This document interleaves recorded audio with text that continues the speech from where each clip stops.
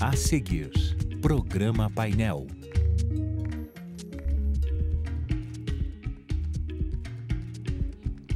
Olá, boa noite. Terça-feira, 2 de abril de 2019. Está começando o programa Painel.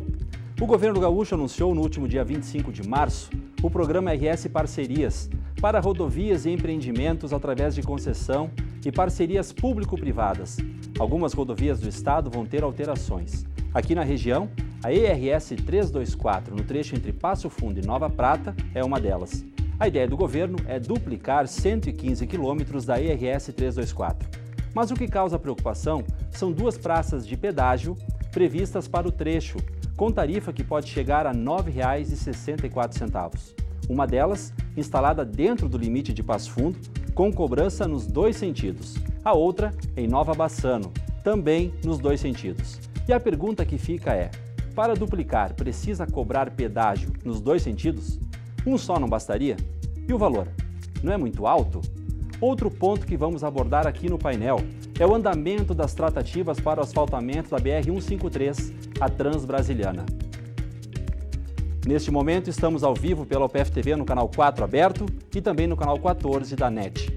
O painel também é transmitido pela rede de rádios UPF e no Facebook, na página UPF-TV. Contamos com a sua participação. Programa Painel. Apresentação: Jean Marmentini.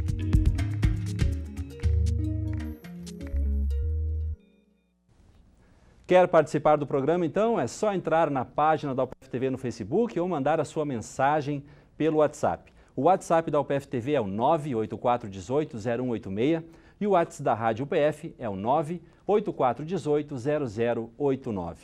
E para falar sobre as rodovias da região e o que está sendo feito pelas lideranças para melhorar o fluxo de veículos e a economia como um todo, o programa de hoje recebe aqui com a gente José Carlos Carles de Souza, presidente do Comitê Executivo Pro-BR 153. Seja bem-vindo, professor. Obrigado. Munir Awad, presidente do Cored Produção, também presidente do Fórum dos Coreds, diretora do Campus Carazinho. Obrigado, Munira.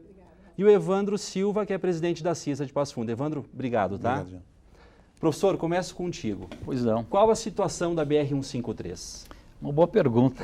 Esse é um tema que vem sendo enfrentado pela Universidade de Passo Fundo, iniciou o período da gestão, juntamente com o Cored Produção, Cored Norte e mais entidades aqui de Passo Fundo, um movimento exatamente para pavimentar a rodovia BR-153.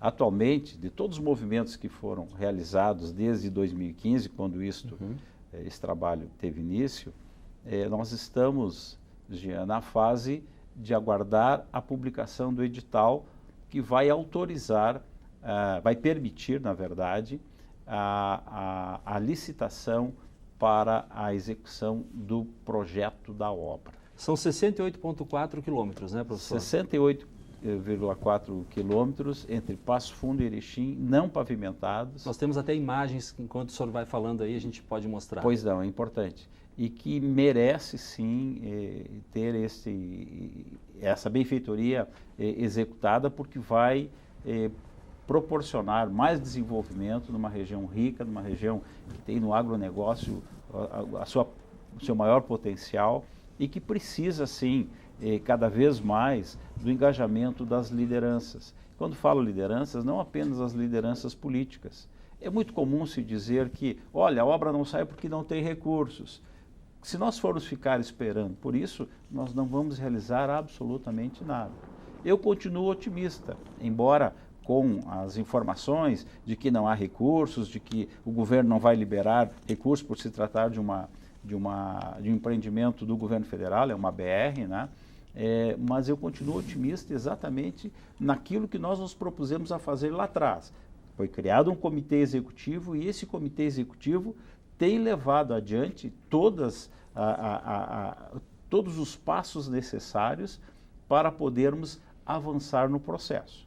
Nós saímos de uma situação que não tínhamos absolutamente nada,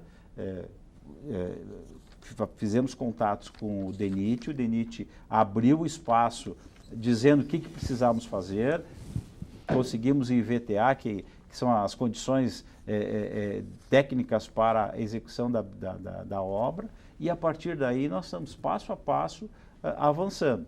Como eu disse, estamos hoje aguardando a publicação do edital, que, segundo informações, o assunto está no DENIT, é da alçada do DENIT e deverá acontecer nos próximos dias. Só que isso tem sido postergado há um bom tempo, né, Munira? A Munira tem acompanhado isso também de perto. Eu ia perguntar agora para a Munira. Mas nós não podemos, de forma nenhuma, abrir mão daquilo que nós conquistamos e do que nós queremos logo na sequência. Munira, aproveitando o que o professor disse, estava na inércia por 50 e poucos anos, aí saiu dessa inércia e a coisa começou a acontecer.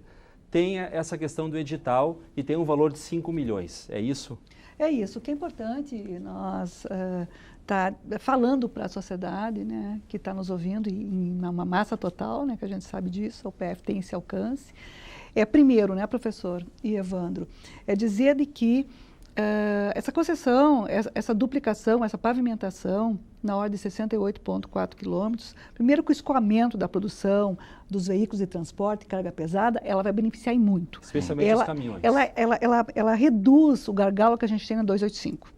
Mas para dizer um pouquinho da última fala do professor José Carlos, é dizer que o DENIT nacional é que vai assumir a liberação dos recursos, 5 milhões, perfeito, e também a questão da elaboração do projeto. Não é com o DENIT do Rio Grande do Sul mais, ela passa a ser com o DENIT nacional. E essa verba, até onde nos passaram, ela está contingenciada dentro do DENIT, ou seja, não depende de uma pressão, não, sim, está lá, o DENIT recebeu esta, a não ser que tenha uma ordem superior para voltar atrás, ou seja, estaca zero. Nós não acreditamos nisso, nós queremos prosseguir. Só para resgatar aqui o que a Munira falou, que é importante, né? Na segunda-feira de Carnaval, nós tivemos em Nametoque, conversando com o presidente Neimânica, presidente da Cotrijal. Eu estou trazendo essa situação, Munira, para mostrar o quanto esta BR é importante. A Cotrijal, que está localizada a vários quilômetros de distância do espaço onde ela vai beneficiar mais diretamente, também está preocupada, porque sabe a importância desta rodovia para a produção de grãos, que é o grande ponto de destaque desse espaço. Eu queria ouvir a tua opinião sobre esse assunto. Para colaborar com a fala do José Carlos e da Munira, para teres uma ideia, Passo Fundo hoje tem 50 mil hectares de área para produção, vamos falar de soja. A região norte são 530 mil hectares. Para escoamento, tu imagina tu teres uma estrada a mais para auxiliar nesse escoamento. Quantos caminhões você tira dessa estrada, você consegue colaborar com outra estrada. Nós sempre falamos que Passo Fundo é serviço, indústria e comércio, mas o agro é muito forte. Quando você fala em 40 municípios com 530 hectares, se você faz uma análise, isso são dados da Emater, com 60 nessa safra, uma média de 63 sacos de soja por hectare, com 530 mil sacos, imagina quanto caminhão tu tem nas nossas estradas. Ou seja, a importância de uma estrada como essa, ela é muito grande. Até pela ligação que ela faz, você tem o trajeto mais curto, porque se você seguir pela RS 135, são 78, 80 quilômetros. Se você vier pela BR-153 de Erechim até Passo Fundo e daqui você vai para a Argentina, vai para vários lugares, é 68 quilômetros. E um detalhe, a RS 135 ela está com sua capacidade esgotada. Tem isso também. Isso que as autoridades precisam compreender. Nós não estamos reivindicando apenas uma benfeitoria porque vai valorizar aquele espaço. Absolutamente. É por extrema necessidade, precisa ser pavimentado. E o que é importante, né, desses 68 quilômetros, a gente está falando numa estrada transbrasiliana que corta de Marabá a Ceguá. Nós estamos falando em 4.204 quilômetros de estrada. E só aqui, nesse único trecho, e é só pegarem o mapa que a gente identifica isso, a gente tem 68. Só para a gente não perder aqui. Claro, não perdemos assim. Olha só, Munira, e a Munira estava presente. Na sequência, nós tivemos, participando da Expo Direct, e tivemos um contato lá com o general Mourão, vice-presidente da República. Tivemos a oportunidade de entregar a ele, em nome da universidade, um documento exatamente reivindicando esta pavimentação, ou seja, esse impulso na obra que é tão necessário, que é a publicação digital. Quais foram as palavras dele? Eu tenho conhecimento desse assunto e o senhor aguarde que esse assunto vai se resolver. Professor, ele é do Exército. Nesse eu sei ponto disso. que eu queria chegar. Então, eu estou acreditando e por isso que eu digo, eu Sim. estou muito otimista que isto vai sair, que isto vai avançar. Porque uma coisa é o projeto da planta para fazer todo o estudo da questão das 11 pontes, aquela coisa toda. Interessante que você falar nisso, Evandro, porque olha só, Gia. Jean, desculpa, Gia. Pensei no Evandro para chamar o Evandro e chamei o Gia. Tudo bem. Nós fizemos um trabalho, quando a gente fez um trabalho do Coreia de Produção, Coreia de Norte, Universidade, mais iniciativa privada, rede de transportes e mais o prefeito representando a região. Associação dos Municípios também. Da Associação dos Municípios, a AMPLA, a MAL também. É importante a gente identificar de que esses 68 quilômetros que vai melhorar o escoamento da produção, coisa e tal, ele também é importante porque o Exército... O que a gente tem que entender é que nós temos duas fases, ou duas etapas, como queiram. A primeira etapa é a elaboração do projeto. Perfeito. Quando estiver o pensar a edital, obra, o né, termo de Munira? referência, né, professor? Quando o termo de referência, a TR, que é chamada pelo DENIT, estiver publicado, nós começamos uma outra etapa do comitê, Claro, que é claro. da execução da obra que nós tivemos com o general Dantas na época. Sim. Né? No Exército. Brasília. Uma coisa é planejar o que vai ser Isso. feito, outra E coisa é outra executar. execução. Execução. Agora, eu penso que é fundamental que esse trabalho todo que iniciou com o Cored, com a universidade, porque eu penso que existe uma boa vontade por parte do governo, pela fala do Mourão, o próprio Heinz reiterou que tem esse objetivo de construção, de voltar e desenvolver. Porém, nós temos um Brasil inteiro com inúmeras obras pressionando a mesma fonte e o caixa é o mesmo. Eu acredito que nós só vamos ter realmente efetividade nisso se nós, os agentes da questão civil, e não dependemos do que nós falávamos fora do ar.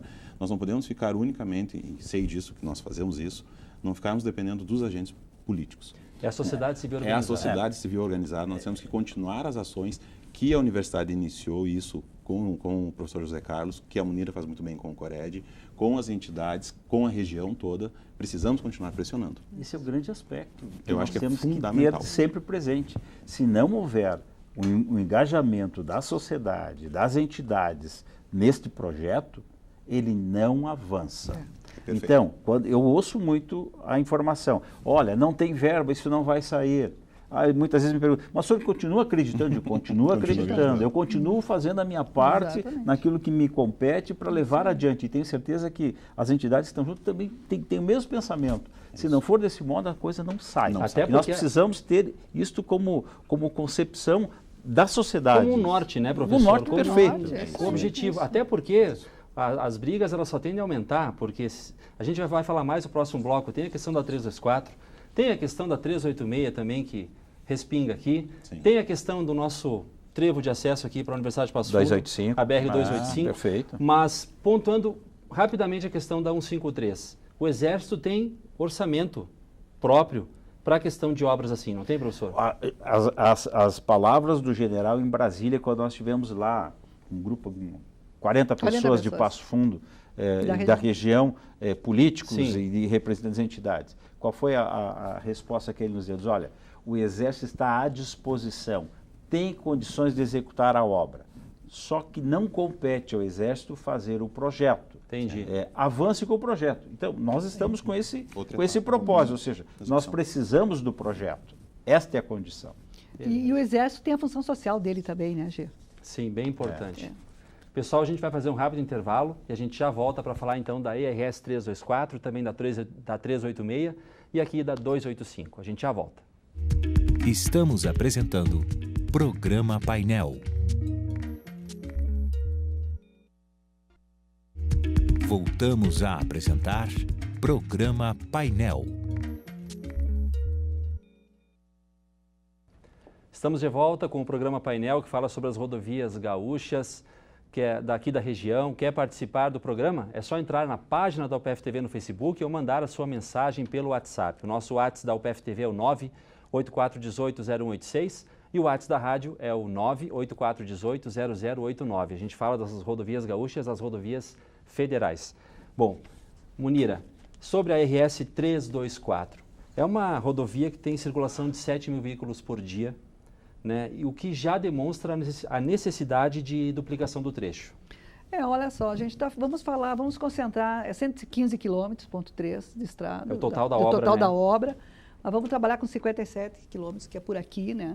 A gente tem 2 pedágios, Passo Fundo Marau e o outro Nova Baçã. A gente está falando em R$ 9,64. Na ida e na Na ida e na volta dá 19,34. Bom, ida e volta nós vamos trabalhar com 38, né, reais. Se nós olharmos a se for a Nova Baçã e voltar, né, 386. 386, a gente tem um trecho. Vamos pensar assim, entre Soledade e Carazinho. Dá em torno de uns 60 quilômetros. Tem um pedágio, Vitor Grefe. Vai ser em Vitor Grefe. 4,40. 60. Nós estamos falando em 28 por 9,64. Então, o que é o seguinte, é claro que o governo lançou a PPE, né, parceria público-privada. A gente entende que, de fato, é um gargalo muito grande a nossa infraestrutura e nós precisamos realmente melhorar. E eu acho que é por aí mesmo. Só que agora vem a etapa da consulta pública, né? Ou das audiências públicas, né?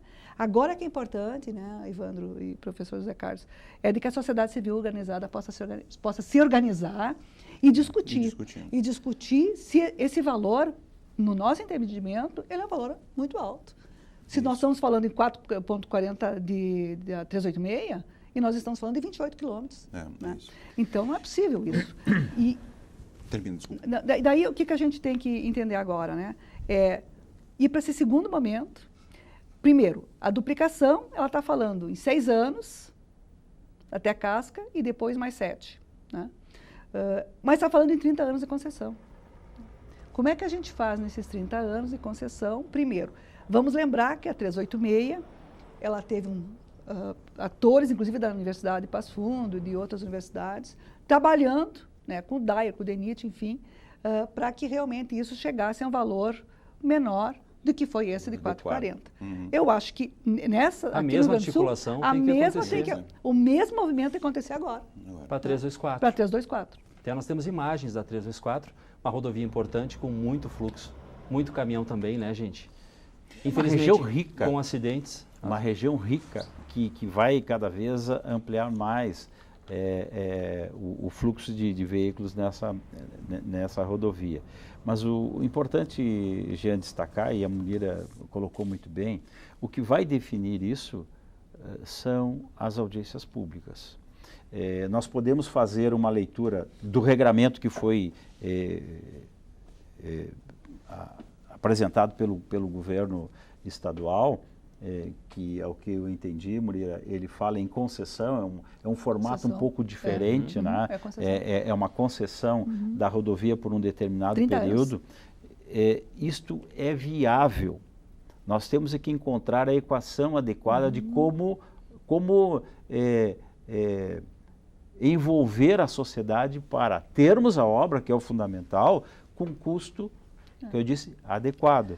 Lá no início da 386, eu lembro, eu participei de algumas audiências, o grande ponto, ninguém dizia que não queria a obra, todos queriam, mas questionavam o pedágio. Aqui vai ser a mesma coisa. O que nós não podemos perder é a oportunidade de termos a obra. Então, acho que este é o foco. Vamos brigar pela obra, sim, e ajustar a questão do custo que vai voltar para a sociedade. Eu queria fazer uma observação, que eu acho que é importante, o professor José Carlos comentou. Não perdermos o foco do que vai se discutir nas audiências públicas. Quando você tem um tema polêmico como esse, de novo, não é uma crítica, mas é uma observação. O agente político, ele é extremamente importante, mas em um momento como esse, surgem novos atores, ou atores que já eram atuantes antes, com uma sugestão a mais para ter um certo protagonismo. Nós não podemos, como sociedade civil organizada, permitir que sejam inseridas novas discussões. Mas agora eu acho que nós podemos discutir, quem sabe que a obra não vá até determinado ponto. Foco, né, Evandro? E aí nós começamos a discutir outras situações. O foco é a discussão do valor do pedágio. O foco é se vai ser cobrado nas duas mãos. Nas duas vias, ida e volta. Esse é o foco, é o que o professor José Carlos comentou. Eu concordo com a fala da Munira e a do professor. Mas se nós começarmos a divagar ou deixarmos entrar outras situações, não. E os atores para fazer essa discussão têm que ser novamente as entidades, as instituições de ensino, porque aí sim são quem vivenciam os conselhos, sem dúvida alguma os conselhos, que é quem estão atuando diretamente com a população no dia a dia. Bom, sobre a 386, só para contextualizar, em janeiro deste ano foi assinado pelo governo o contrato de concessão e ele envolve 473 quilômetros, 4 rodovias federais, a BR-386, a BR-290 Freeway, a BR-448 e a BR-101. Tá? Então, são obras importantes. E quando a gente fala 386, é o trecho de Lajeado a Carazinho, que envolve bem a nossa questão aqui. Mas, como estamos falando das duas rodovias, voltando a 324, eu queria saber de uma opinião de vocês três. Qual é o trecho que deve ser duplicado, que deve merecer a preferência? Vocês acham que é Passo Fundo-Marau ou Marau-Casca? Queria ouvir a opinião de vocês. Eu acho que todo o trecho que foi demarcado. Mas existe, professor, uma preferência pela duplicação na 324? Preferência em que sentido? Que estão discutindo, por exemplo, o pessoal de Marau acha que tem que duplicar primeiro Marau e Casca. Marau e Casca. Aí é uma disputa de beleza, me desculpe, porque eu acho que as coisas têm que acontecer. O projeto, ele pode, se ele for definido, pode iniciar um lote de obra aqui entre Passo Fundo e Marau, outro entre Marau e Casca, que eu não vejo nenhuma dificuldade nisso. Agora, nós ficarmos aqui discutindo, primeiro lá, depois aqui, isso para mim é indiferente. Só que nós temos que ter a noção do todo. Isso que nós não podemos perder. Deixa eu te relatar uma reunião que nós tivemos entre a Associação de Passo Fundo e a Associação de Marau. Foi uma reunião informal sobre isso. Marau entende, não é consenso, mas uma parte da Associação de Marau entende que ambas as cidades ganhariam se fosse feito primeiro Passo Fundo. O ideal seria todo, mas que se tiver que optar, Passo Fundo Marau. Por quê? Já existe hoje pessoas que trabalham em Passo Fundo e moram em Marau. E tem pessoas que saem de Marau e fazem compras em Passo Fundo. Parte do comércio de lá acha isso ruim e parte de pessoas acham que as pessoas que trabalham aqui e moram lá é ruim. Ambas as associações veem como benéfico isso. O que acontece? Se você trabalha em Passo Fundo, você acaba gastando aqui e você dorme, reside em Marau no final de semana. Se você mora em Marau e você vem fazer compras em Passo Fundo, isso é bom para cá também. Se você tiver uma rodovia duplicada, o acesso facilita, você diminui o tempo e com maior segurança. Então, eles veem isso como Canoas, Porto Alegre. A médio prazo, que as cidades acabam ficando mais próximas e as pessoas transitando muito mais. Principalmente agora tendo um shopping aqui, o comércio de Passo Fundo sendo mais ativo e as pessoas de lá e região trabalhando em Passo Fundo. Não é um consenso, mas é um movimento que Marau começa a desenvolver esse pensamento. Mas aí que entra o papel dos Coreds, que é fundamental para fazer essa mediação e fazer prevalecer que o coletivo tem que valer sobre o individual. É isso aí. Eu acho que isso é uma questão de bom senso. Não seria razoável, no meu modo de ver, querer duplicar, por exemplo, o trecho lá na ponta, a Nova Prata, a Nova Bassano, por exemplo. Me parece, eu acho que tem que ser duplicado, mas não necessariamente precisa iniciar por lá. Verdade. Então, para mim, eu vejo como indiferente essa questão. Só que eu acho que tem que ter uma definição. A obra está programada para sair desse modo. Se nós temos um fluxo maior de São 115 quilômetros. 115 quilômetros. Seria lógico para quem vai investir, ou seja, a empresa que vai se tornar a concessionária da BR, da rodovia, na verdade, que ela queira executar a obra, não tem maior fluxo de veículos. Ali ela vai instalar o seu ponto de pedágio, né, e vai mostrar que está fazendo. Não adianta ela querer iniciar lá na outra ponta e querer cobrar aqui. A grita vai ser generalizada. Eu acho importante que essa consulta pública, né, que está dentro, na verdade eles falam, a PP apresenta a consulta pública. Certo. Né? Bom, essa consulta pública, ela tem o caráter, ou deveria ter o caráter de balizar duas questões. Bom, por onde vai começar? Por onde vai começar? Eu acho que tem que ser discutido no coletivo. Tem que vir no coletivo. Porque a sociedade civil organizada tem que fazer isso. Os conselhos regionais para o desenvolvimento, para melhorar a qualidade de vida do cidadão. E saber qual o critério, né, para decidir saber isso. qual é o critério. E daí isso da consulta pública. E a outra é discutir o seguinte, bom, esse pedágio, veja bem, se eu moro em Nova Bassano, se eu moro em Passo Fundo ou Marau, E se eu me desloco para Amaral para trabalhar ou vice-versa, eu estou falando num pedágio, ida e volta, de quanto mês? Eu estou falando de R$20 dia, estou falando de quanto? Né? Então, isso para o trabalhador. Isso vai impactar. E o conselho, e os conselhos regionais de desenvolvimento, eles olham para isso. Eles olham para identificar, de fato, o que vai impactar na vida do cidadão. E até porque, gente, a 386 com 4,40, tu falou? 4,40. É que lá tem talvez um fluxo diferenciado. Mas é uma discrepância. É muito grande. Na verdade, nós estamos falando aqui do teto, né? Mas o que eu quero, Munira, contribuir na tua reflexão é o seguinte. As pessoas que moram, que precisam usar a rodovia para se deslocar com o fito de trabalho, eu entendo que poderiam ter algum tipo de benefício. Quem sabe paga uma ida, não paga a volta, ou um valor diferenciado. É o bom senso. Olha o exemplo aqui de quem mora no entorno do pedágio aqui de Coxilha. Eles não pagam o pedágio. Por quê? Porque comprovam que moram ali, que usam a rodovia para o seu trabalho. Claro. Isso é uma questão coerente. Coerência. Se as pessoas precisam todo dia estar na rodovia, não tem sentido pagar. E ali é um pedágio que ficou por muito tempo R$3,60. Agora que é quase 5. Né? Então, e não é um valor alto, porque é uma rodovia que está sempre recebendo manutenção. E tu sabe que às vezes... Desculpe. Nós lembramos quando Passo Fundo, Porto Alegre, tinha praças de pedágio. Sim. A rodovia estava sempre em bom estado. Sempre em bom estado. Tinha custo? Sim. Custo, eu diria até alto, mas você podia transitar sem nenhum problema. É delicado. Gente, isso. Eu vou ter que encerrar. O tempo chegou sério? ao fim. Muito obrigado pela participação aqui do professor José Carlos Carles de Souza, nosso ex-reitor, também advogado, presidente do Comitê Executivo Pro BR-153, a Munira Wad, né, hoje diretor do Campus Carazinho, presidente do Cored de Produção e do Fórum dos Coreds. Obrigado, Munira. E você, Evandro, presidente da CISA, uma entidade importante de Passo Fundo. Obrigado também.